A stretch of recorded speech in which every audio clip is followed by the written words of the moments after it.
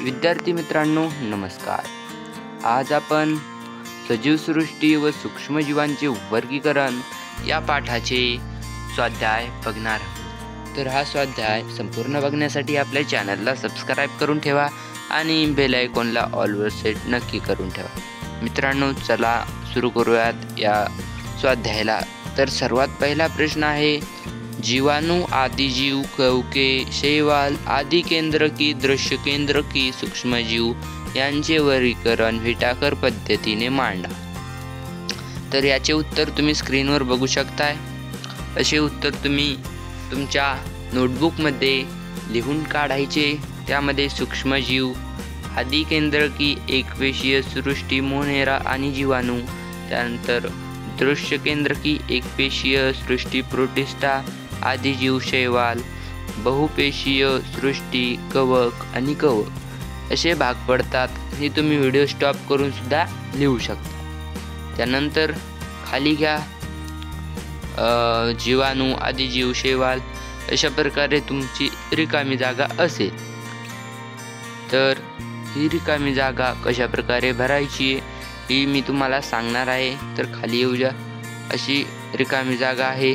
त्यानंतर दुसरा प्रश्न आहे, सजीव, आदि केंद्रकी, दृश्य केंद्रकी, बहुपेशीय, एकपेशीय, प्रोटिस्टा, प्राणी, वनस्पती, कवके यांच्या सहाय्याने पंचसृष्टी वर्गीकरण पूर्ण करा। तर आपल्याला हे वर्गीकरण पूर्ण करायचे आणि यामध्ये मी तुम्हाला सांगतो, पाहू शकता तुम्ही उत्तर स्क्रीनवर, सजीव आणि उत्तर तुम्ही लिहून घ्यावे।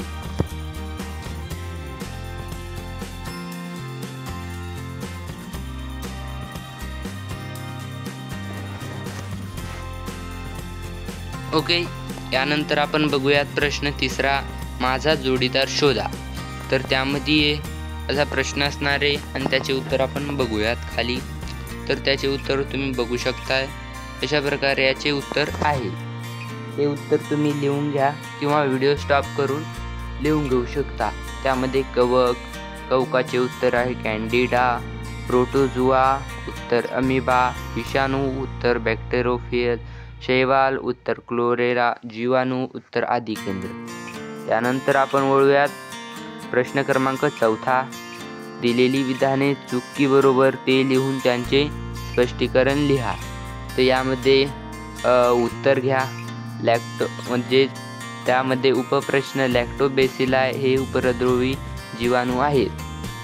त्यांचे उत्तर आहे हे विधान चूक आहे, कारण लॅक्टोबेसिलाई हे आयताकृती आकार असणारे विनॉक्सी जीवाणू उपयोगी आहेत। नंबर 2, हे उपयुक्त जीवाणू दुधाचे दह्यात रूपांतर करतात, तसेच किण्वन प्रक्रियेत त्यांचा वापर केला जातो।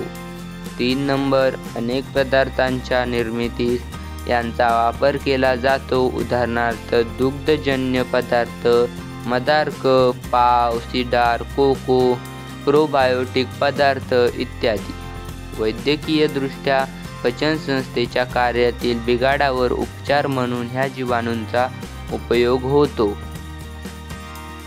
उपप्रश्न क्रमांक 2, कवकांची पेशी भित्तिका कायटिन पासून बनलेली असते।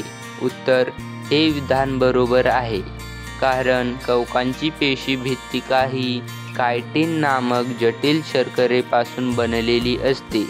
कायटिन हे एक कार्बोहायड्रेटचे मोठे बहुवारिक आहे, जे कवकांच्या नाजूक पेशींना सहाय्य करते व ताठरता देते।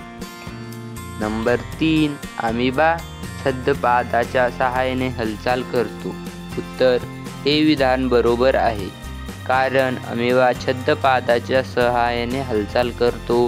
अमिबाच्या शरीराच्या काही भागातून अस्थिर भाग निघू लागतात, त्यांना छद्मपाद, नकली पाय असे म्हणतात। हा छद्मपाद ज्या दिशेने निघाला त्या दिशेने संपूर्ण पेशीद्रव्य हळूहळू तेथे जमा व्हायला लागते। अशा प्रकारे अमिबा एका जागेवरून दुसऱ्या जागेवर हालचाल करतो। प्रश्न क्रमांक 4, प्लास्मोडियममुळे आमांश होतो. उत्तर, हे विधान चूक आहे, कारण प्लास्मोडियममुळे आमांश होत नाही. प्लास्मोडियम हा आदिजीव मलेरिया होण्यासाठी कारणीभूत आहे. आदिजीव एंटिबामिमा हिस्टोलोटिका हा आदिजीव आमांश होण्यास कारणीभूत आहे.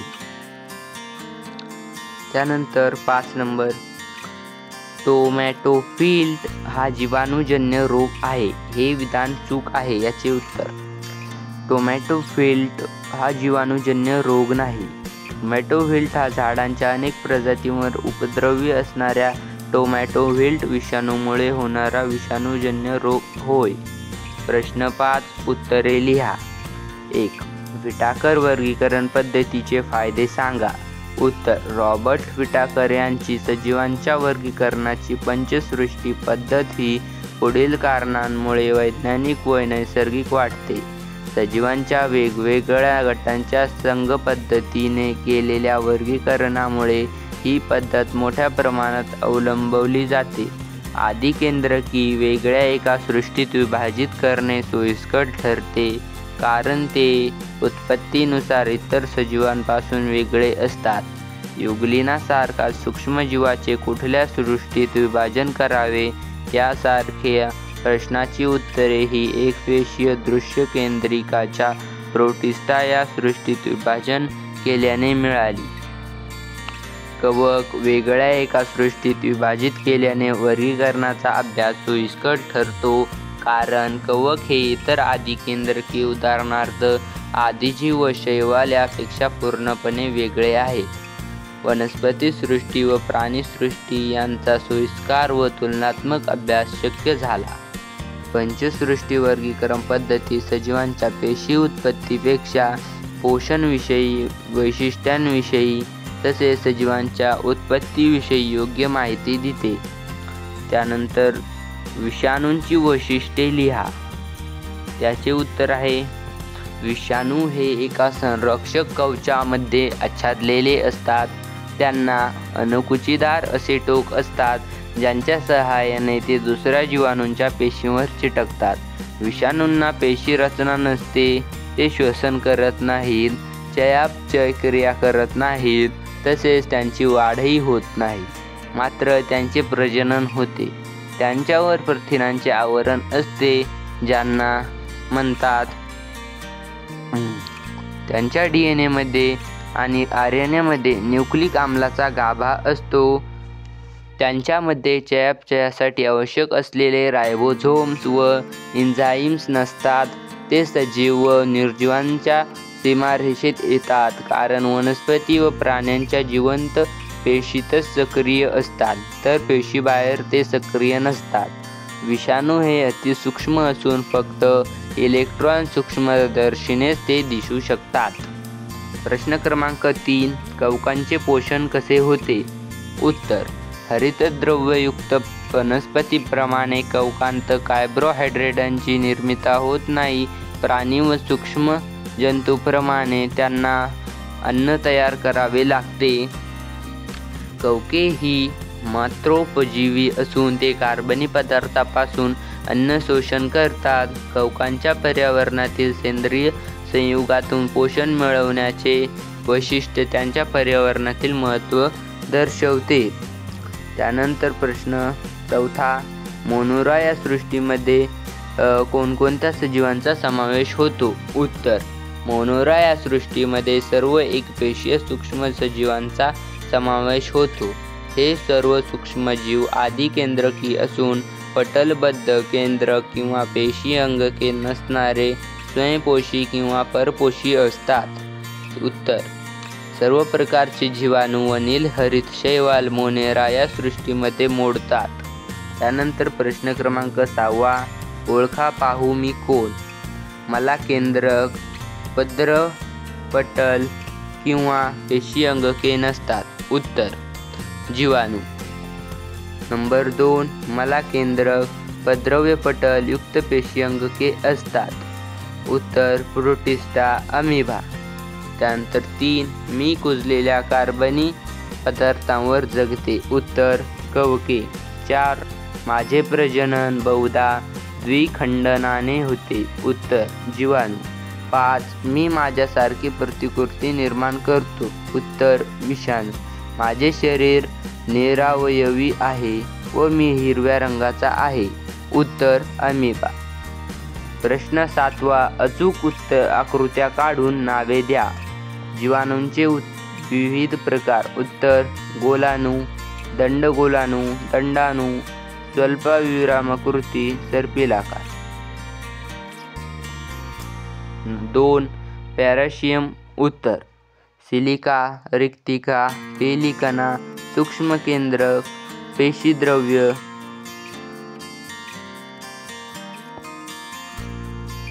आणि 3. बॅक्टेरिओफोज. DNA, डोके, आवरण, मान आणि तंतू. मित्रांनो, हे आकृत्याची नावे तुम्हाला व्हिडिओ स्टॉप करून लिहायची, त्यामुळे तुम्हाला सोपे जाईल. त्यानंतर शेवटचा प्रश्न क्रमांक 8. आकारानुसार पुढील नावे चढत्या क्रमाने लिहा. जीवाणू, कवक, विषाणू, शैवाल. उत्तर विषाणू, जीवाणू, कवके, शैवाल.